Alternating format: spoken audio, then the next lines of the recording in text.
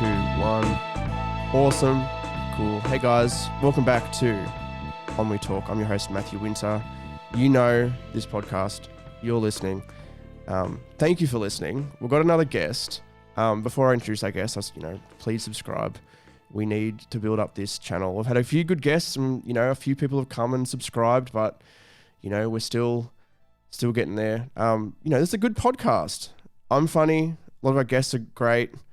I'm really bad at pitching myself. Absolutely horrible. Look, let's just get in the episode. I've got a man here. He's a self-proclaimed YouTuber extraordinaire. I saw that from your Twitter bio. I was like, how am I going to describe you, Slush? And that's how I decided to describe you. How are you going, man? It's good to have you back. It's been about a year since I've had you on.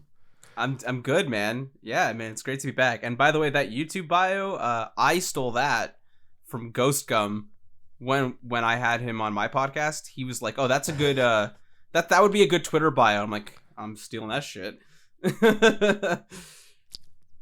Oh god, that's fucking funny. The greatest form of what's the saying? The greatest form of flattery.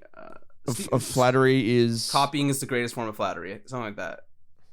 That's it. Yeah, something like that. Look, it's been a great start to this podcast. Look, it's early for me. I don't really record podcasts at 8:30 in the morning. Coffee hasn't kicked in just yet. But we've got a few things to talk about in life.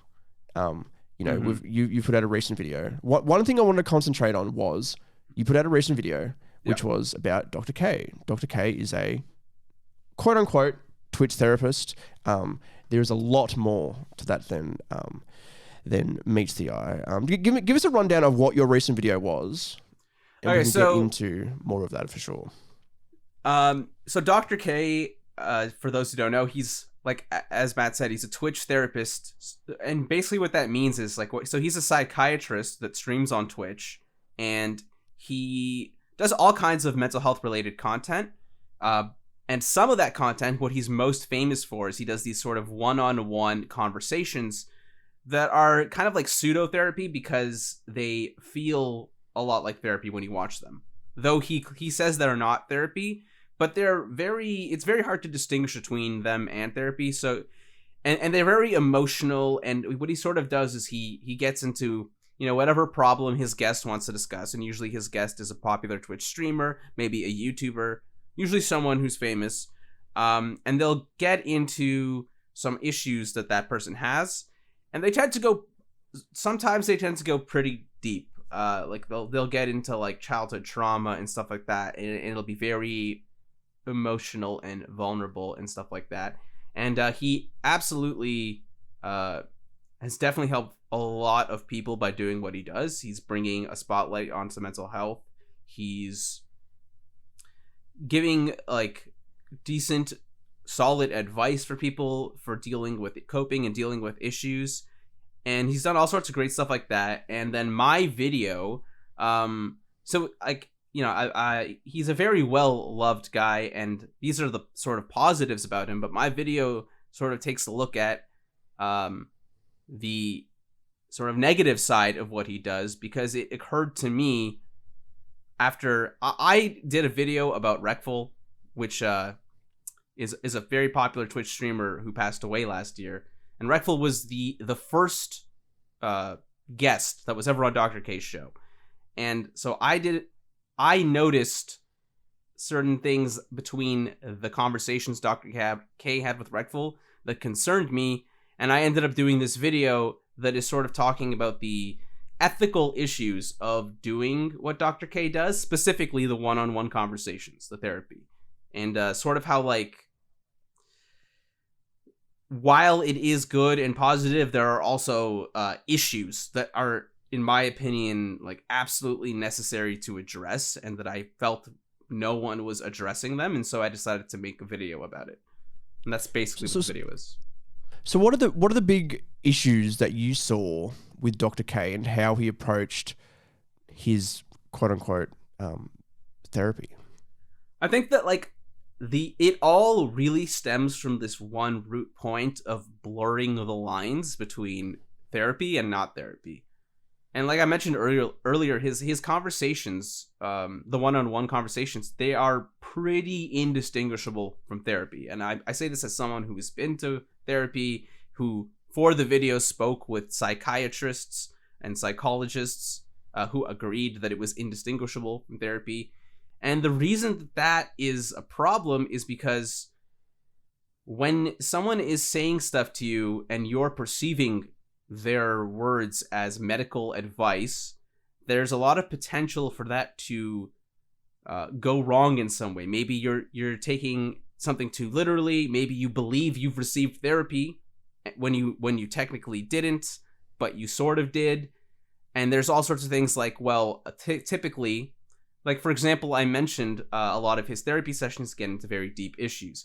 One big issue with that is that when someone has actual issues and they see a therapist, it's not like a single one-off thing. It's like you see a therapist and you work through it with the therapist over multiple sessions, because that's usually what it takes.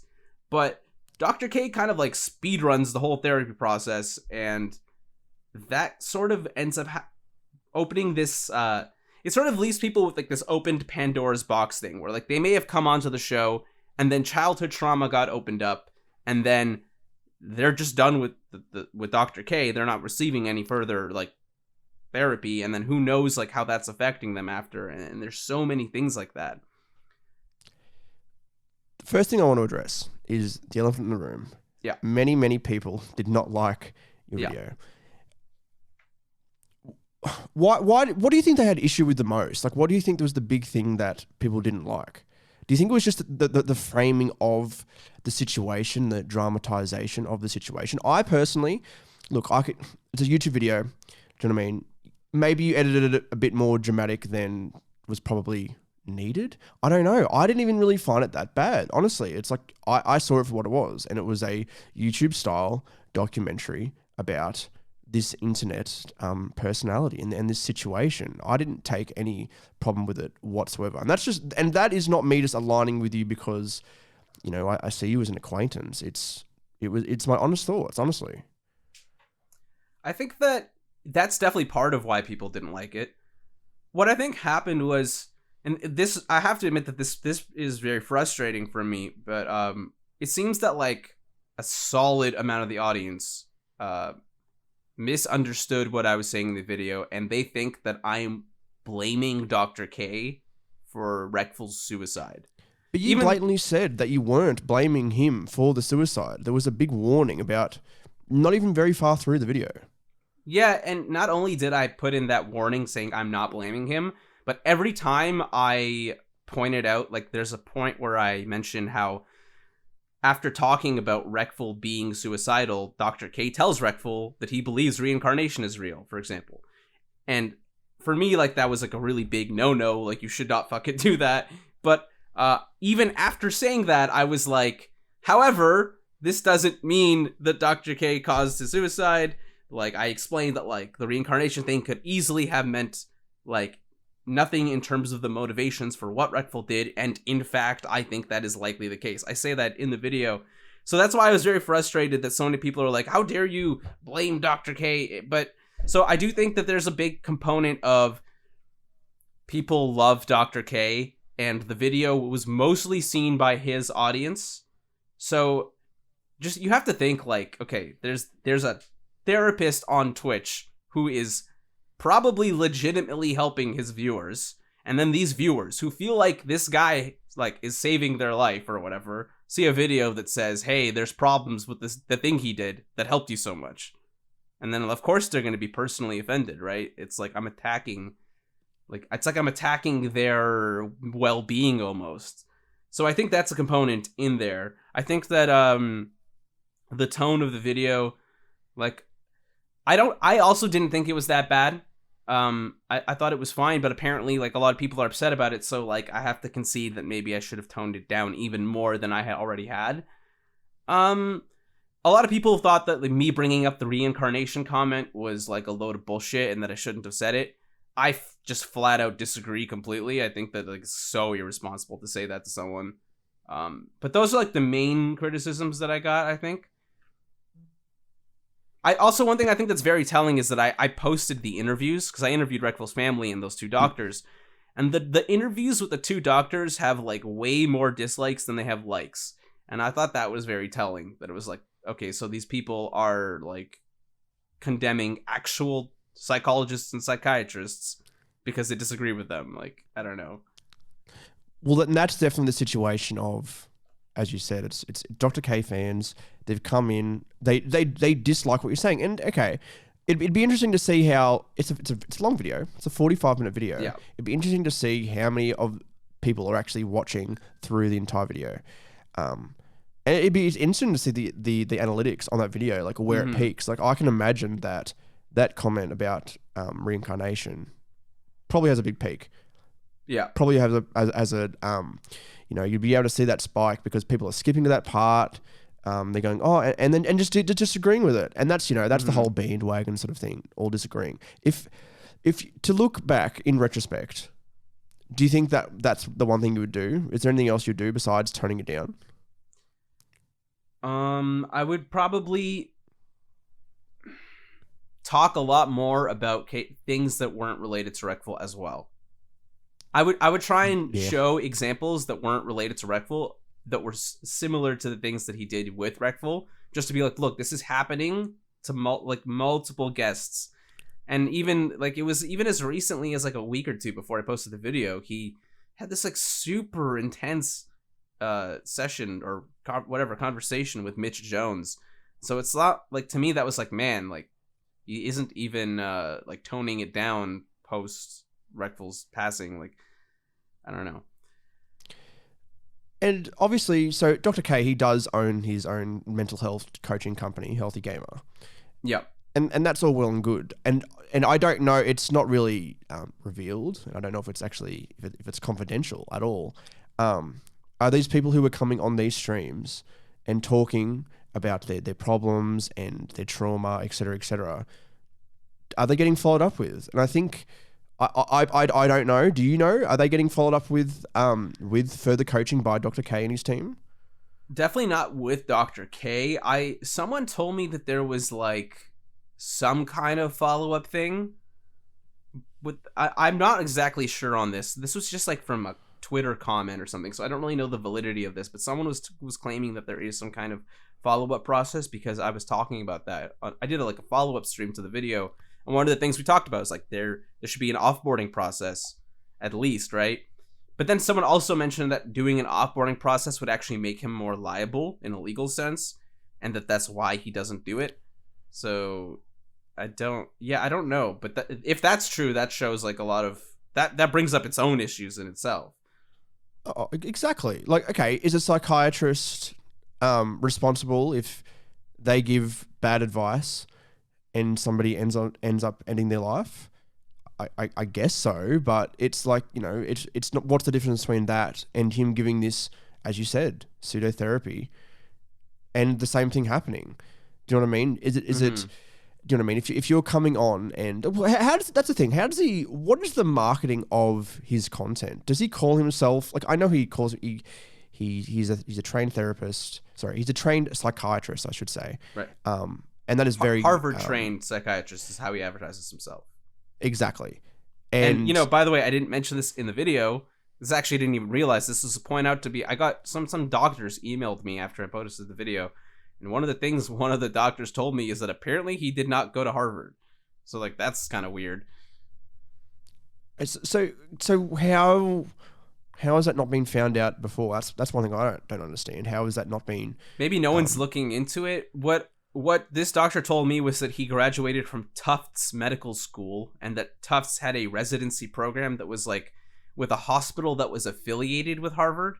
And so because of that affiliation, he's saying Harvard graduated or Harvard trained, but it's not. That's like very atypical for doctors to put the name of like a school that's associated with a program. Like most doctors would say graduated from Tufts Medical School in his situation. They wouldn't say Harvard trained, right? So it's a marketing move, I guess. So that's interesting. So now that's actually very interesting. Okay, yeah. So Dr. K's audience, they love him very, very much so.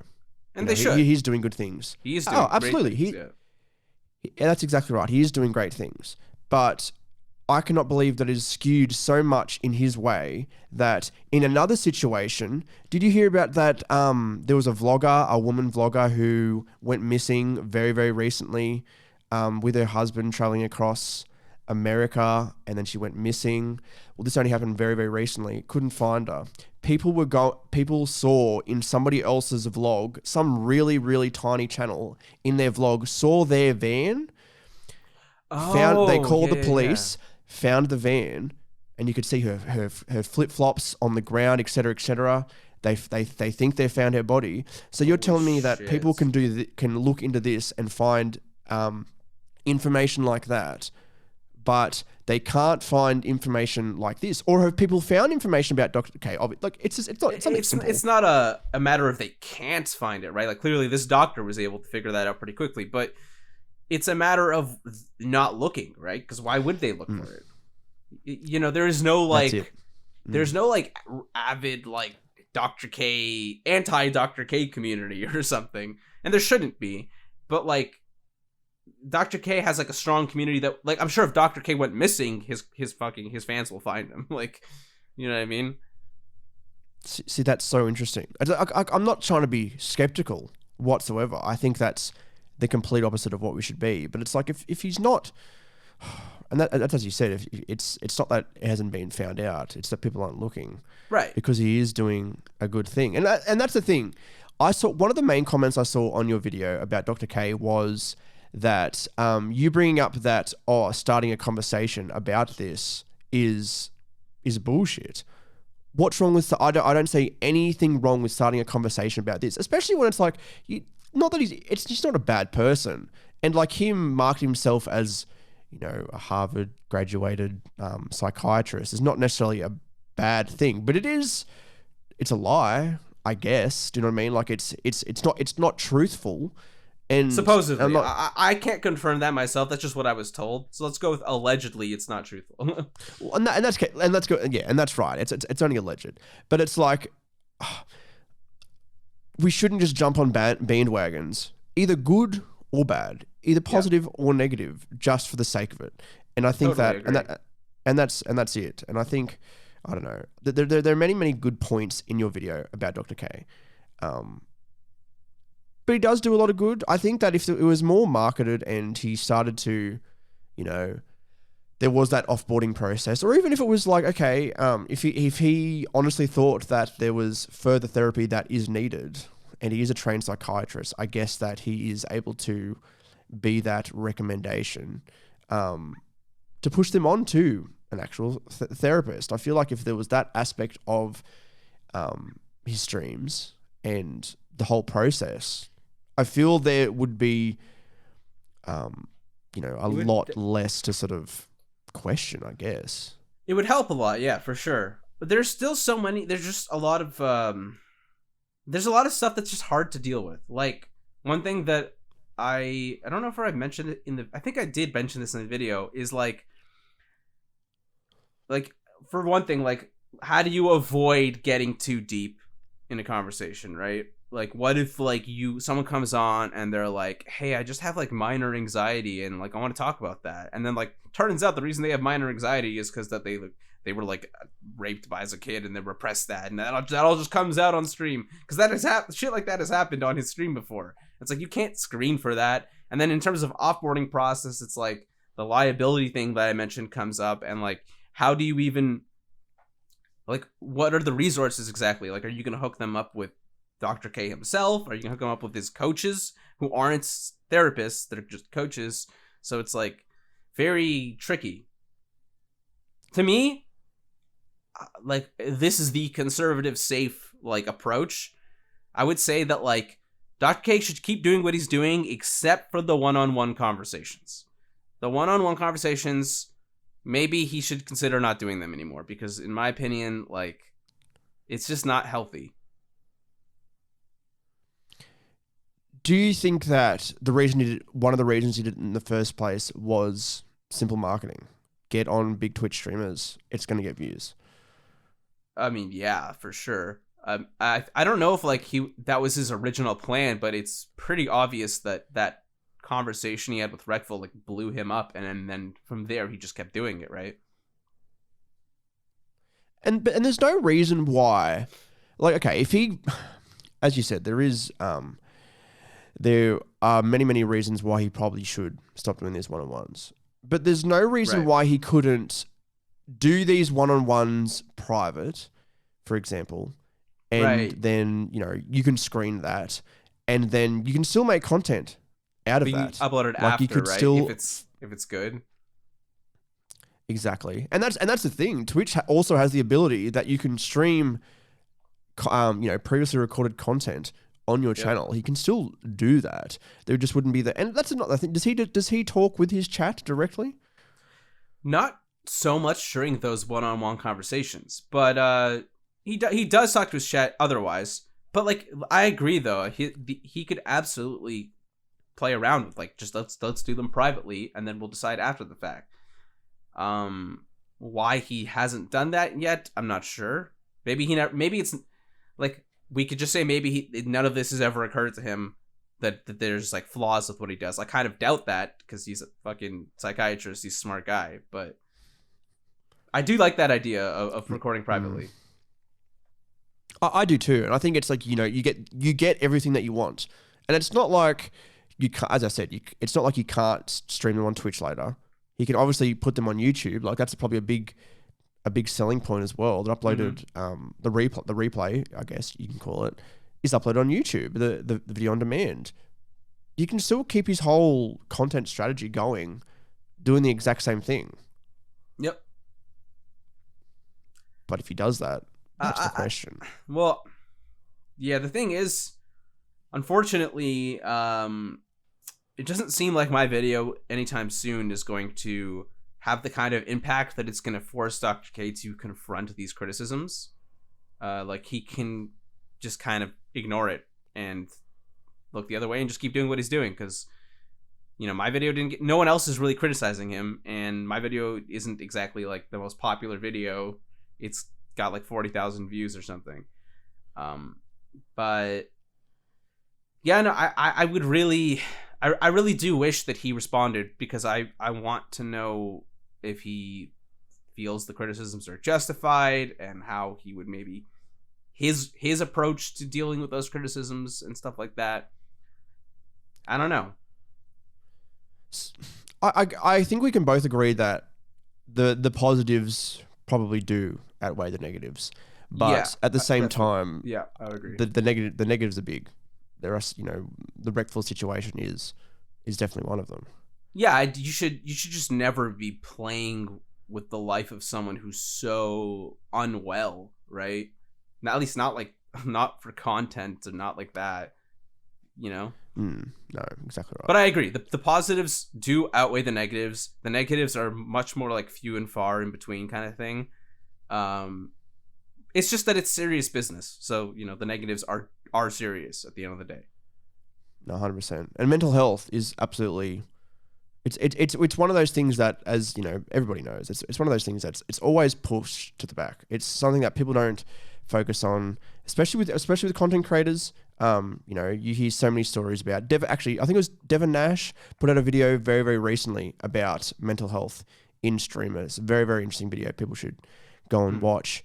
And mental health in YouTubers and Twitch streamers is something that people have talked about for a long time. You know, burnout, overworking yourself, isolation. You know, exactly. That's exactly right, because it is a very especially for streamers. Oh, exactly. It's probably one of the most it'd probably be one of the most isolating modern day jobs. Absolutely. Even not as a job, people just, you know, trying to make it. And there are many, many people who are trying to make it. One thing I've always thought about is it YouTube and Twitch's responsibility to provide, you know, resources for mental health for the people who are making content for the stuff? Because that's the thing. These people are driving traffic to their website. YouTube is all about keeping more eyes on your website. Is it their responsibility, or should they at least have partial responsibility for the mental health of the people who are making the money? That's a good question. I feel like if you wanted to claim it was their responsibility, then you would have to like prove that they are responsible for like the poor, to some degree, of the poor mental health that the creators experience. And I don't know if simply existing as a platform would constitute proof. You could say something like, oh, the algorithm is designed in such a way that it facilitates poor mental health. If you could prove that, which probably no one will be able to do because YouTube will never give you the details of their algorithm. But that's a good question, and I think that maybe even if they shouldn't technically, maybe if it's not their responsibility, they should just be doing it anyways, you know? Oh, exactly. Like, that is good PR, realistically. Yeah. And we've already seen other social media channels, you know, Facebook, Instagram, Twitter to an extent, sort of addressing the impact of what their platforms do on their users. And, you know, the users make the money as well. Like, what's the difference between that? I think YouTubers and Twitch streamers put so much more time and effort into putting out content than people do using social media. What has like Twitter and Facebook done to address it? Well, on the top of my head, the only thing I can really think of is like putting on sort of like notifications of, oh, you've been using using this app for this long. Instagram did it first, 100%. But I think it's just more that it's been acknowledged as well. But a lot of that acknowledgement is definitely outside of the platforms. Like, there's been a number of videos, there's been a number of articles. The Social Dilemma as well on Netflix, as horrible as of the dramatization of it was. It was very. Did you ever watch The Social Dilemma? No, I never watched it. And I know that there was like a response to it as well. I never saw that either. I wanted to watch it, but yeah, it was good. Yeah. I enjoyed it, but there's about 30 minutes of the whole thing which is just reenactment of, so there's a kid, and then he's using social media, and then his girlfriend breaks up with him or some shit, and then the whole thing is he ends up, I don't know, the algorithm targets him with videos, and then he ends up becoming a neo-Nazi or some shit. It's not neo-Nazi. I think it's some political bullshit, and then he gets caught up and gets arrested and all this shit. And it was like, we could have done a lot of this documentary without this, because there's interviews with people who developed the algorithm for Facebook. Everyone I know that's ever been in a breakup went full neo-Nazi because of social media. Oh, exactly. Like, even me, there was a period of my life where, but that's the thing. I think that documentary did a good job, but it was the negative response of this stupid reenactment that was like, you know those crime dramas where it's like they interview all the people involved, and then there's these horrible reenactments. It's like it was not needed.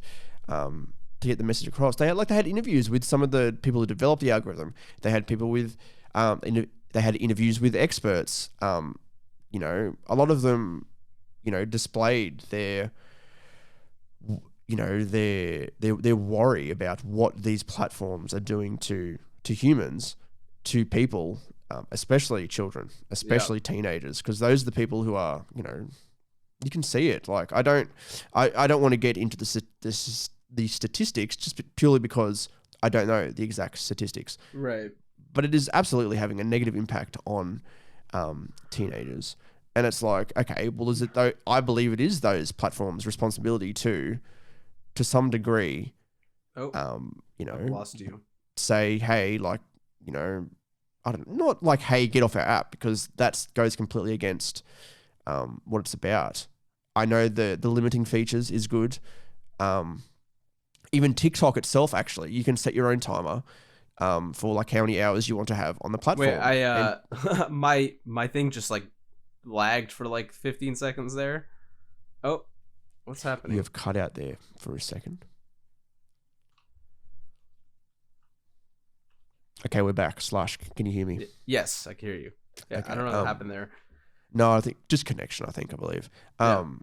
But that's one thing TikTok has done. It's, you can put on a timer, and after like 2 hours on the platform for the day, it'll go, hey, like you've gone through your timer for the day. Right. But it is also as easy as putting in a 4-digit code to get back into it. What do you think about like China recently? They've been like cracking down super hard on social media use, right? Like, I think I just saw today that they have Like you can only watch 40 minutes of TikTok a week now or something in China. Really? Yeah. Well, I think that's wrong. It's the same thing with the whole, we could get into the vaccine debate, but it's like the government telling us, making us do things. But it's like, while something may be good, while the intention may be good, forcing people to do it is not the right way to go. No, and especially I agree with when you. it becomes, when it becomes violent and it becomes, it has a negative impact of, what you're trying to achieve. Do you know No, what I mean? you're right. I agree.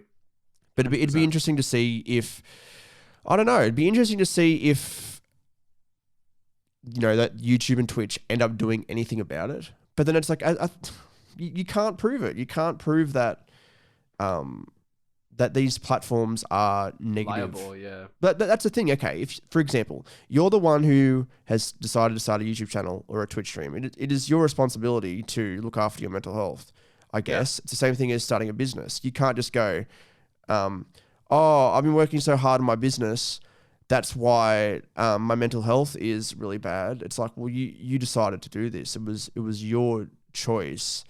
Right. And that's just life, I guess. And it's like, in both situations, I guess it's the person who's doing the thing who is at fault. And it's like, but then it's like, who should be looking out for It's them? not like YouTube is telling you that you need to get a bunch of views and subscribers. YouTube's just telling you which videos performed well amongst your subs and stuff like that. Like, it's up to you to have goals and then feel bad when you don't reach them and stuff like that, And that's right, isn't it? You know what I mean? Yeah. It's like, but I don't know if there's anything in probably any conversation that they've had, or any resource that they've put out where it's like, even as simple as, I don't know, to be motivational or to any extent, like, keep trying, or if it doesn't happen, it's not your fault, or like, you know what I mean? Like, that's not, do you know what I mean? It's just like some kind of like encouraging, like, don't feel terrible, don't harm yourself type of thing. Like, but I guess like all platforms like sort of raise awareness for like, if you're feeling like this, call this hotline, et cetera, like there's always resources available. Maybe in like the YouTube studio, they might put something like that. I feel like that's where, if I've ever seen it, it would have been there, right? Oh, absolutely. Is there, I don't know if there is there anything on YouTube or Twitch where it's like, if you put not necessarily hateful comments, but like, I'm going to hurt myself, I'm going to harm myself, do they set off any triggers at all and bring up messages? No, I don't think so. And I don't even know how you would be able to like do that in a way that doesn't like you don't get like a bunch of false positives all the time. And maybe that's not such a bad thing, but then I'm sure that if like nothing is free, so if you're sending off a bunch of false positives, then that's like money that they don't want to spend, and I don't know. I could just see from a business perspective how like, it makes so much more sense to just make ourselves not liable and not care, You can sort of see why mental health has been sort of ignored. That is something that I never thought I would sort of like say, because that sounds like a very loaded thing to say, but it's never black and white. It is such a gray area to cover. Like, and especially when there's like people, I don't like to say it, but there are a lot of, it's mostly young people, who pretend to have mental illnesses because it's trendy, it's like or it's cool. Thing now.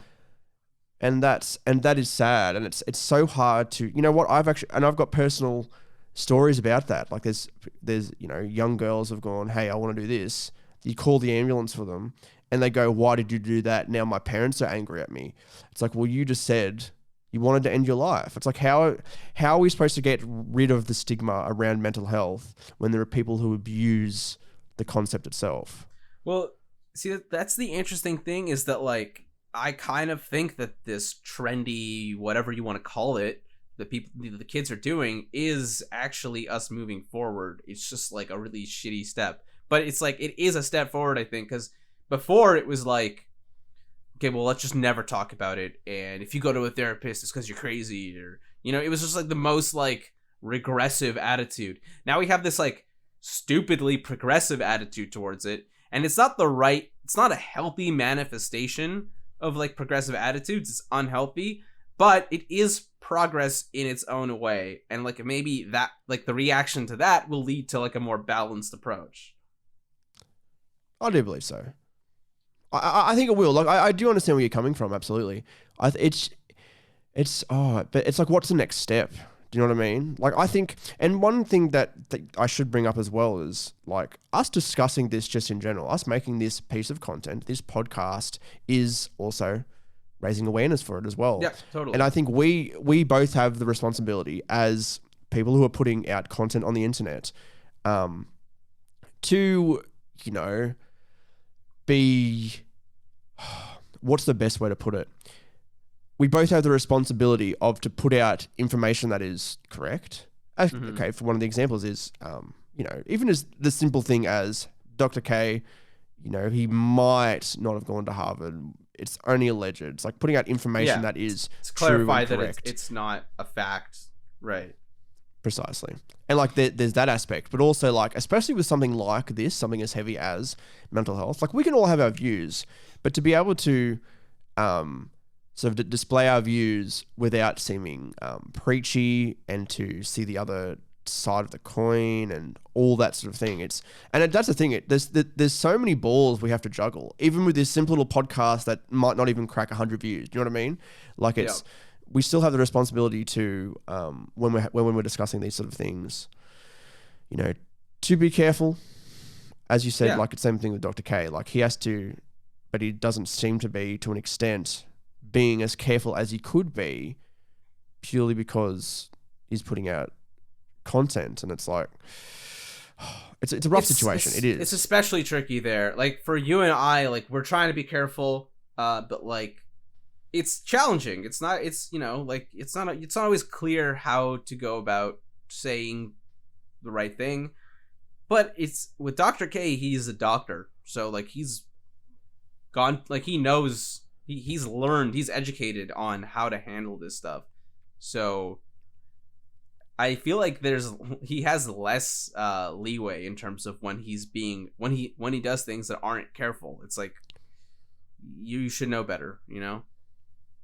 You should, and I think that, you know what I mean, like a video like yours, great title, great thumbnail, something that the algorithm would like, and it was very, very surprising that actually wasn't pushed out as much as it could be, especially because it did have a reaction. Do you know what I mean? It's like it did, positive or negative. It had a reaction. Just wouldn't the algorithm like? My theory is that it's like the algorithm was like, oh, all the people watching this are Dr. K viewers. Let's send it to them, and then it sends it to them, and they're like, oh, all these people are disliking the video. Let's stop sending it to them. Who do we send it to now? I don't know. So that's exactly what YouTube does. That's exactly what YouTube does. It's like, you know, it sends it out to, as you said, like, you know, viewers of, you know, use your hashtags, you use your titles and thumbnails and descriptions, blah blah blah. Finds an audience. Exactly, and if the audience, as you said, dislikes the video, it's not going to get pushed out anymore. It's just going to drop off. And you could probably look at your analytics and you'd be able to see the drop off of that video. Absolutely. Totally, yeah. But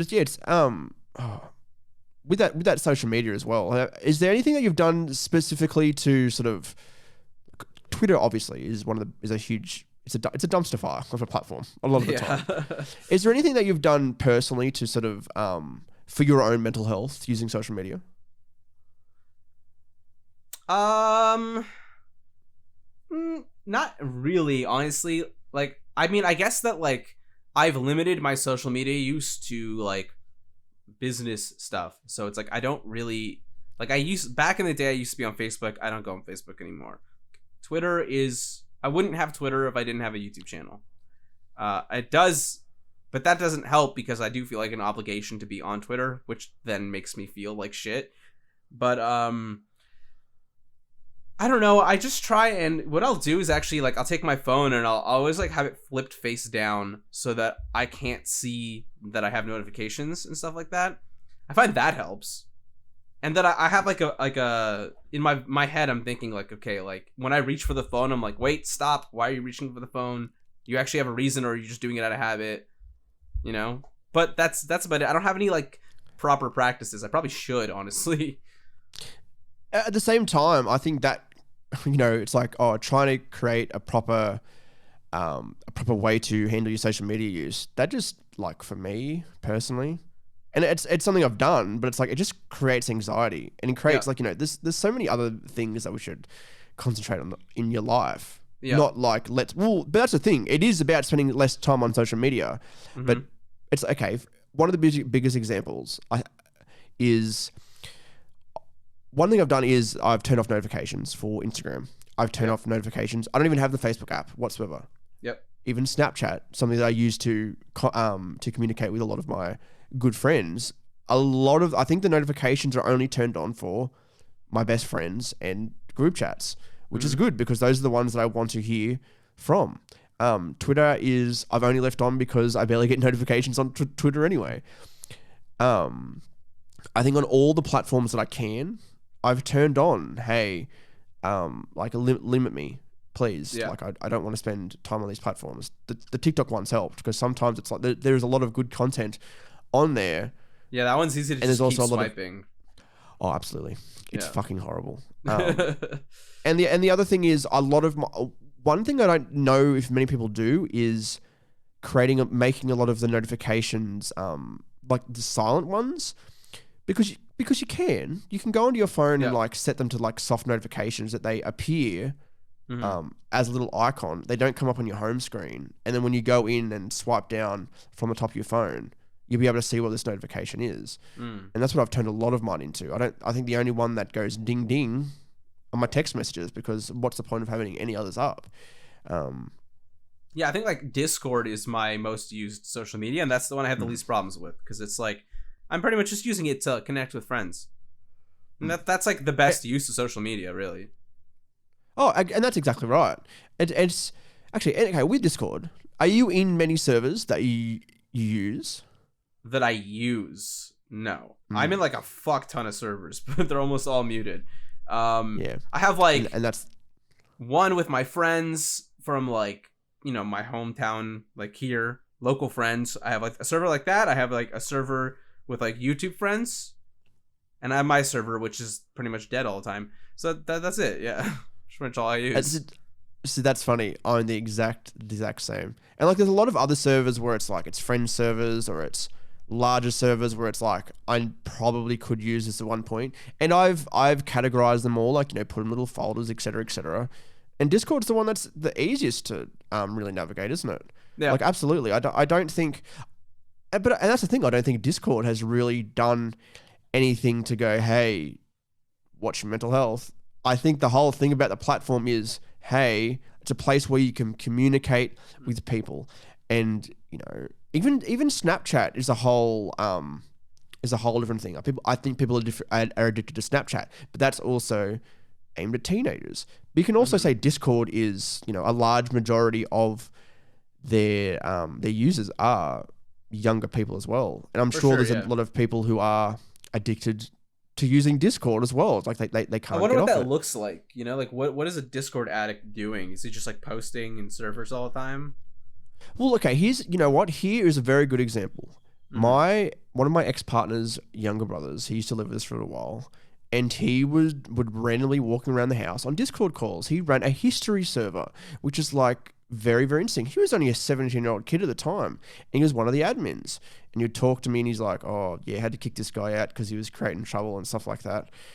And it's like, you're in a history server, mate. Like, who cares? But at the same time, it's like, that's also something that gives him purpose. That's not a bad thing at all. No. It's actually even teaching him certain skills, management skills, right? Exactly right. But that's a lot of that is it's self-learned, and it's like, you know, he might have, I guess, what you could call maybe a mentor in that Discord server, and that's the thing. It's like it's about the people you know and the resources that are available. And the resources that are available with any social media or any content creation platform is very, very limited. From what I can see, it's always about the people, and I think that's, like, you know, I guess that's the biggest message of this episode. It's like, you know, if you're somebody who does use social media a lot, and you are somebody who does create content, surround yourself with good people. Yep. Definitely. I think that's probably the biggest message. Absolutely. You know what? now that you say that, there is one thing that I have done with Twitter, and that's I try and actively unfollow or mute or whatever anyone that's like too political, because I just can't. I don't want to be exposed to it. First of all, it doesn't have any. I believe it has no value for me. This is not the way to learn about politics, and all it does is get me riled up and feel some type of way that I just don't need to feel. So it's Absolutely. like, and so like this, like in that case, like I'm surrounding myself with memes. But an even better thing to do is to just surround yourself with, like you said, with good people.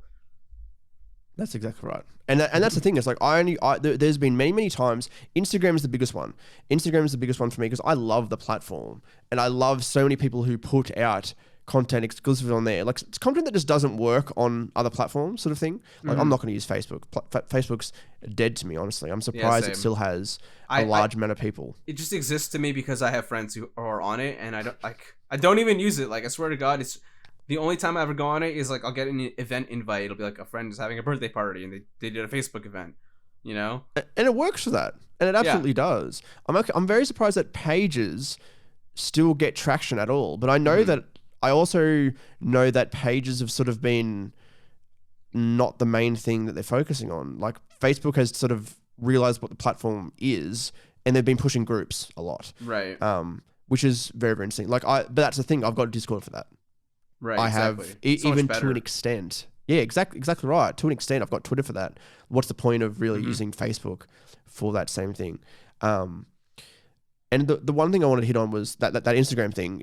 I've unfollowed like a lot of people. I've literally gone down to following only one account, the Ennui account, of course.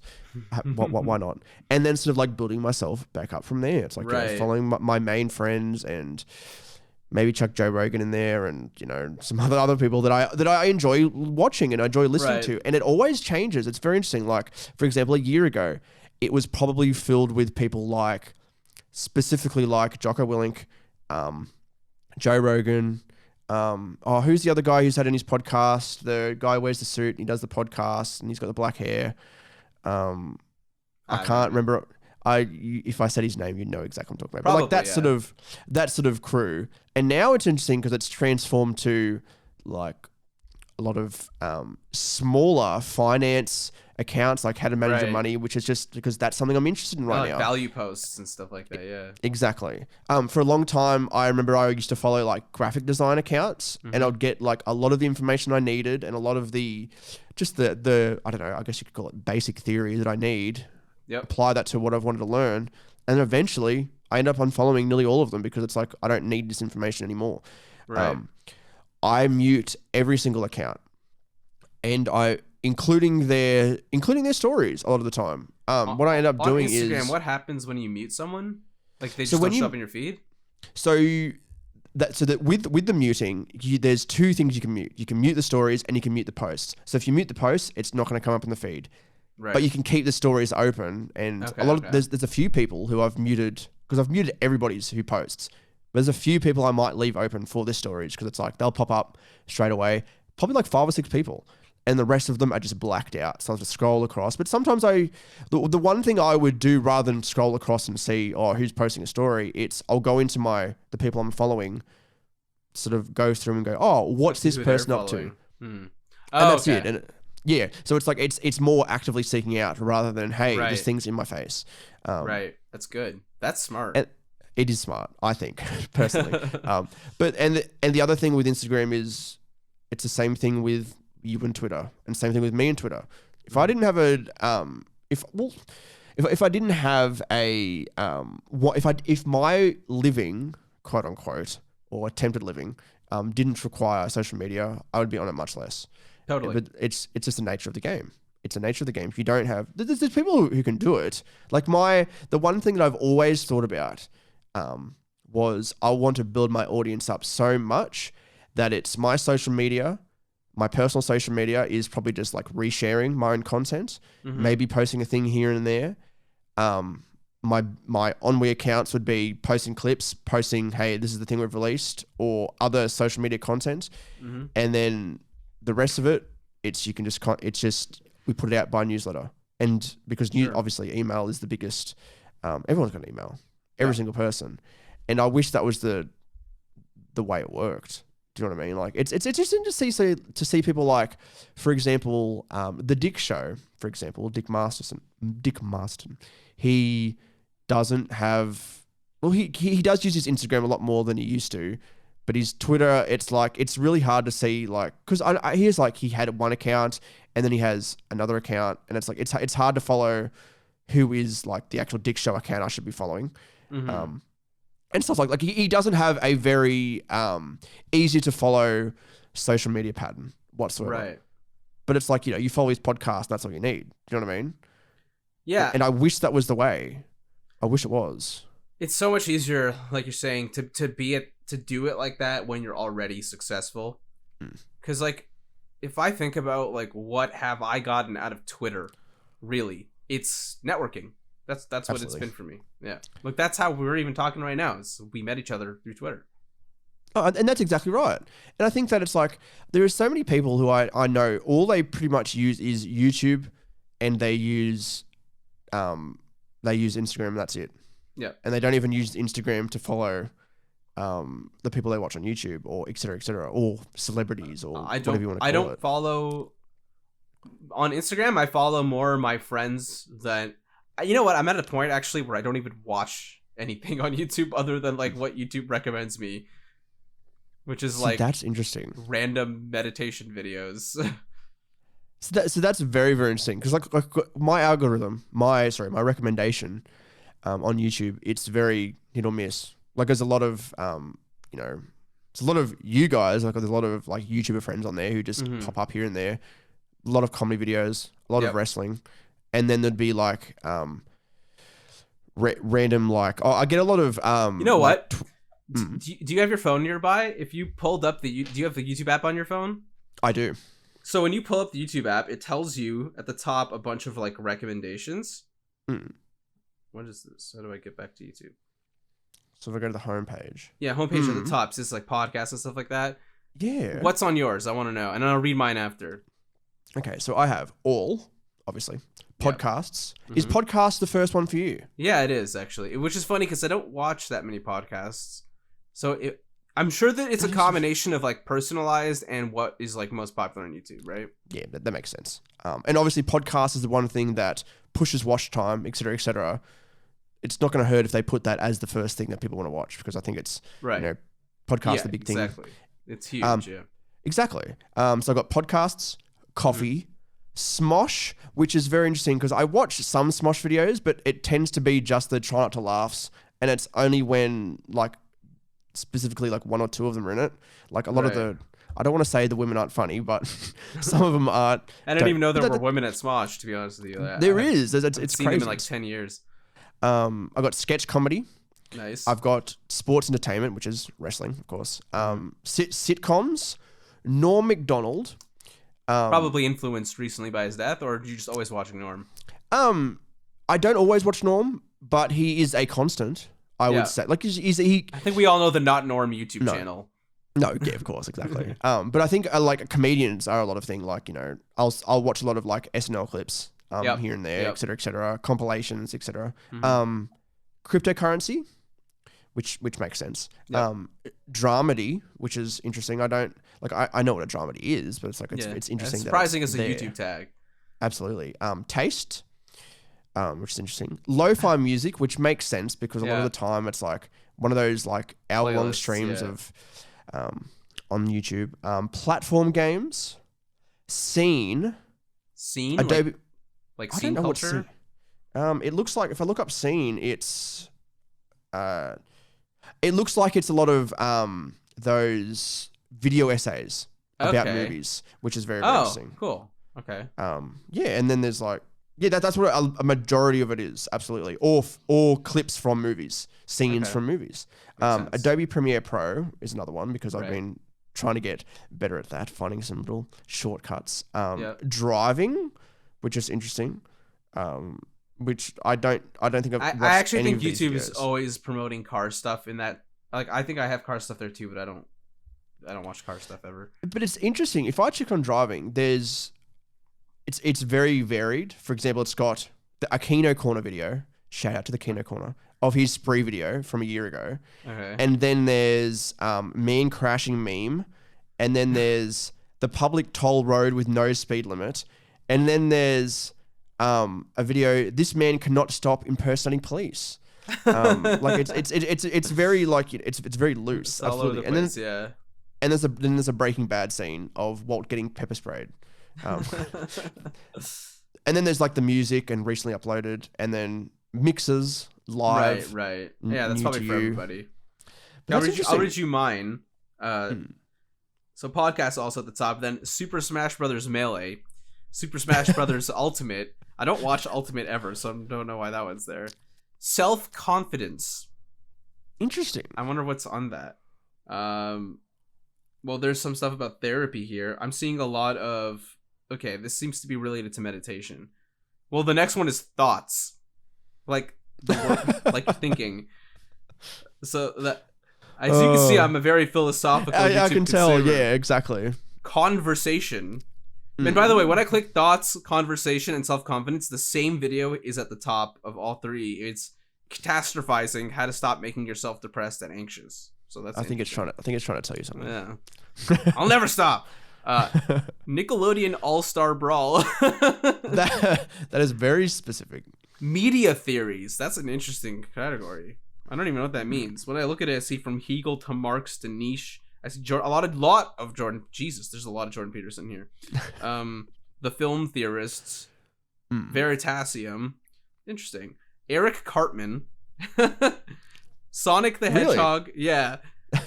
I have been like clicking on a lot of like recommended South Park clips lately for some reason. Mario, Norm Macdonald, humans. Humans? That's very, very vague.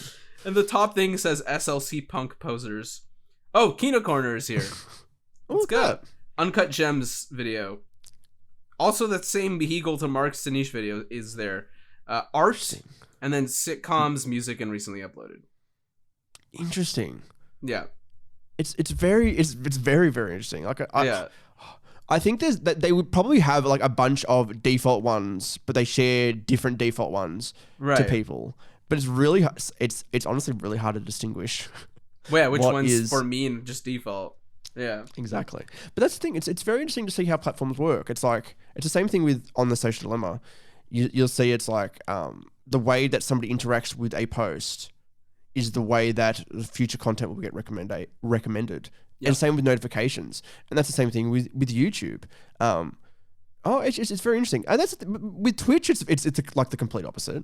It seems to be just like, you know, this streamer, you watch their streams, or you go to who's playing what game. It's not really very little algorithm going on. Yeah, which is it's a completely different game. You know, like this sort of like approach, whatever you want to call it, it's not even that new necessarily. Like corporations have been doing this type of thing for a long time. Like there's been famous cases of like, you know, so like let's say like an 18-year-old girl will buy a pregnancy test at like a Walmart or something, and then like 9 months later her address is getting coupons for baby supplies, and then the parents will be like, well, why the fuck are we getting this? And you know, like, and that's just, it's a very similar sort of thing. It's like we're observing your behavior to like keep you consuming or whatever. And I think that's going to happen regardless. It's going to happen until the end of time. It's just, it's how you react to the situation.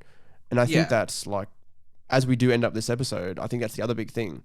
It's, you know, look at the people you're surrounding yourself with. You know, they say that you're the 5 people you surround yourself with, probably from some book or podcast or something I've read a long time ago.